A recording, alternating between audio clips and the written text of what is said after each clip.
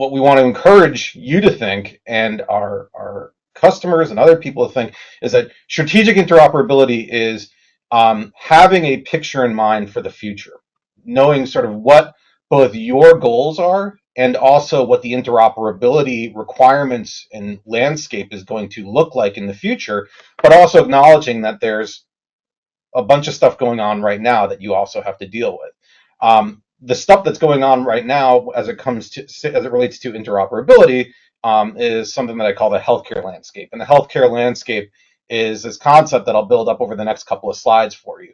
So if you think about the common ways that clinical and claims data is being sent around between systems for healthcare. Typically, there's a bunch of standards involved, and those standards, for the most part, aren't very new. So they've been around for a while.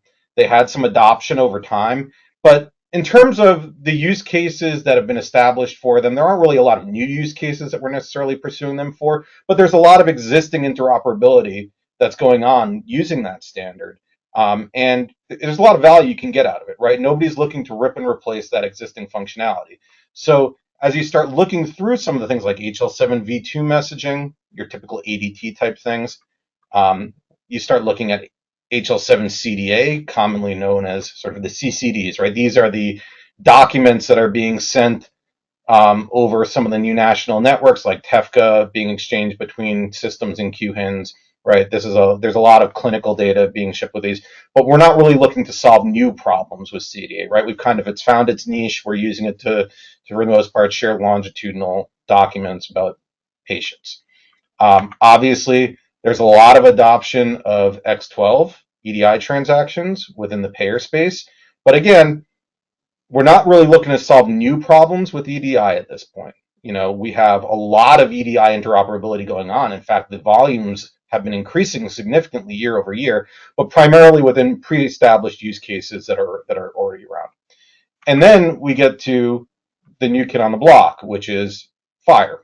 And FHIR, we don't know when FHIR is going to top out in terms of the use cases. We're constantly identifying new use cases, and part of the reason why we're here today is because CMS has looked to FHIR as a way to solve some of the existing interoperability challenges that exist within healthcare, particularly as it relates to things like prior authorization and access to patient member records, so on.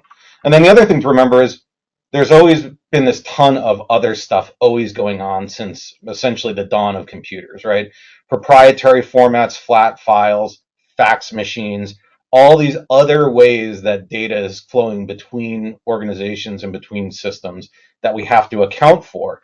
And when we stack all of these up, you really get a picture of what interoperability really looks like for healthcare currently.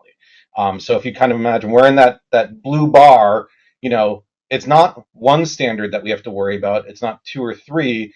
It's 4 or 5 plus a bunch of proprietary and other unstructured ways that data is being shared, and we need to have a way of dealing with that.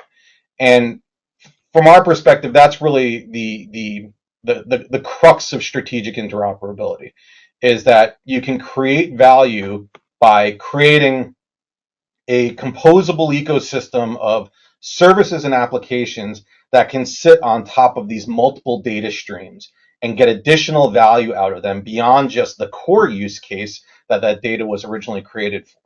And part of the way that you end up doing that is by taking an approach to these various ways that data is being exchanged with an eye to reusability. So build the infrastructure to solve those things. You may already have the infrastructure in some cases, but then do the extra step to make sure that it is reusable for other contexts, so that you can, for example, do interoperability, analytics, build new applications on top of them that solve new and novel problems to improve your operations and operational efficiencies, or improve outcomes for members, or reduce provider burden. There's a whole bunch of ways that this data can be leveraged that we're not doing with it currently.